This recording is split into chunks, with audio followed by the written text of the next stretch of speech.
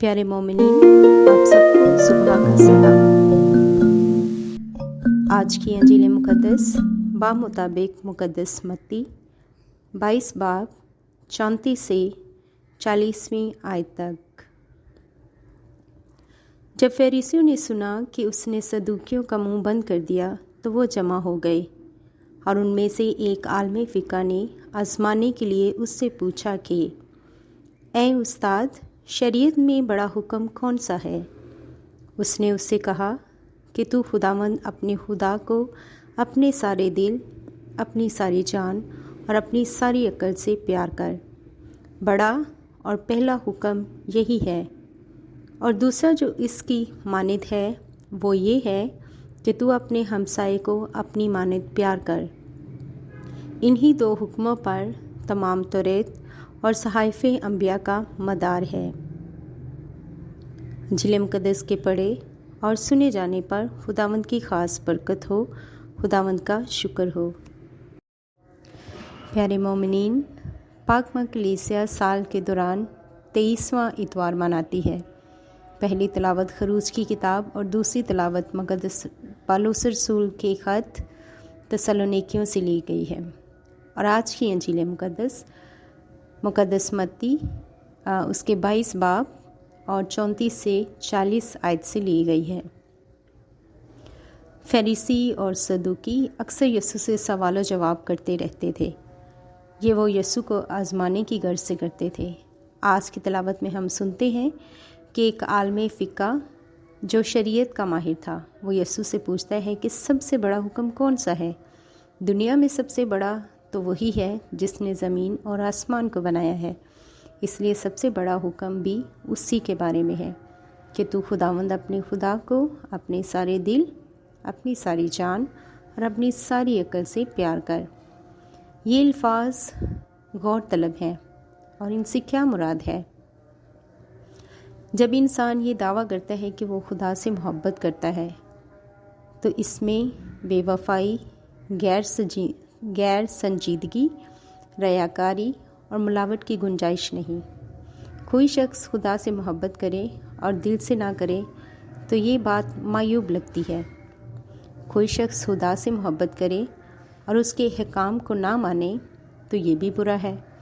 और कोई शख्स खुदा से मोहब्बत रखे और जानते हुए भी उसके नाम को बेफ़ायदा इस्तेमाल करे, उसके नाम पर कुफ्र बोले और उसके नाम पर दूसरों को बेवकूफ़ बनाए, तो ये जायज़ नहीं। खुदा सरासर पाक है, इसलिए शरीयत चाहती है कि तुम भी पाक हो जाओ। खुदा ही हमारा खालिक है, उसके सिवा और कौन है जो दुनिया का खालिक और मालिक कहला सके? कोई भी चीज़ और हस्ती खुदा की बराबरी नहीं कर सकती। खुदा हमारी दुनिया को सलामत और खुश देखने का आरज़ूमंद है। लड़ाई और जंगें खुदा की हुक्म अदूली हैं। खुदा रहम करने वाला खुदा है। जालिम और लटेरे खुदा का हुक्म तोड़ रहे हैं। कोई शख्स नमाज़ पढ़े और दुआएं मांगे लेकिन खुदा के हुक्मों की तामील ना करे, वो शख्स खुदा से प्यार करने का दावा कैसे कर सकता है? कुछ लोग तो इतने गए गुजरे होते हैं कि वो खुदा की बराबरी करने से भी नहीं शर्माते और अक्सर खुदा की जगह लेने की कोशिश में मसरूफ़ रहते हैं। हमारी दुनिया का सबसे बड़ा मसला यही है कि हम दावा तो करते हैं, लेकिन दर हकीकत हम खुदा से पूरे दिलो जान और अक्ल से प्यार नहीं करते। जब उस आलमे फ़िक़ा ने यसू से सवाल किया तो वो खुदा के बारे में फ़िक्रमंद नहीं था।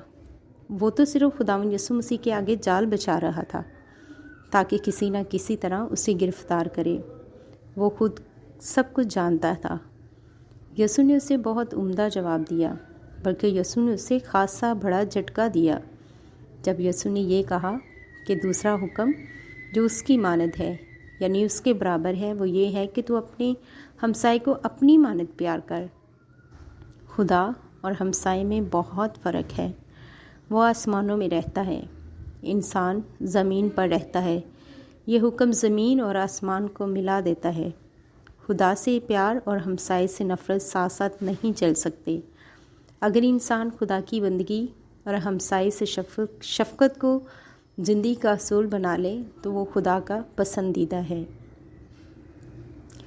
हमूस नबी कहता है कि खुदावंद यूँ फरमाता है, तुम जुल्म ढाते हो, नाइंसाफ़ी करते हो, गरीबों के हकूक़ की पामाली करते हो, इसलिए मैं तुम्हारी इबादत, तुम्हारी कुर्बानियाँ और तुम्हारे रोज़े पसंद नहीं करता। अपने गीतों का शोर हटा लो, क्योंकि जब तक हम खुदा की मुकम्मल अतायत नहीं करते, सारे दिल, सारी जान और सारी अक्ल का हक़ अदा नहीं होता। अलावा जी ये बात भी काबिल गौर है कि खुदा की मोहब्बत में पहले 3 अहकाम शामिल है। तो खुदावंद अपने खुदा से प्यार कर, उसका नाम बेफ़ायदा ना ले, उसके दिल को पाक कर। इसी तरह हमसाई की मोहब्बत में बाकी 7 अहकाम शामिल है। माँ बाप, खून ना करना, ज़ना ना करना, चोरी ना करना, झूठी गवाही ना देना, बेगानी औरत की आरज़ू ना करना, बेगाने माल का लालच ना करना। दर हकीकत यसू की ये बात दुरुस्त है कि इन 2 हुक्मों, खुदा से प्यार और हमसाई से प्यार, पर तमाम तुरेत और अंबिया का दारोमदार है। Have a very good Sunday.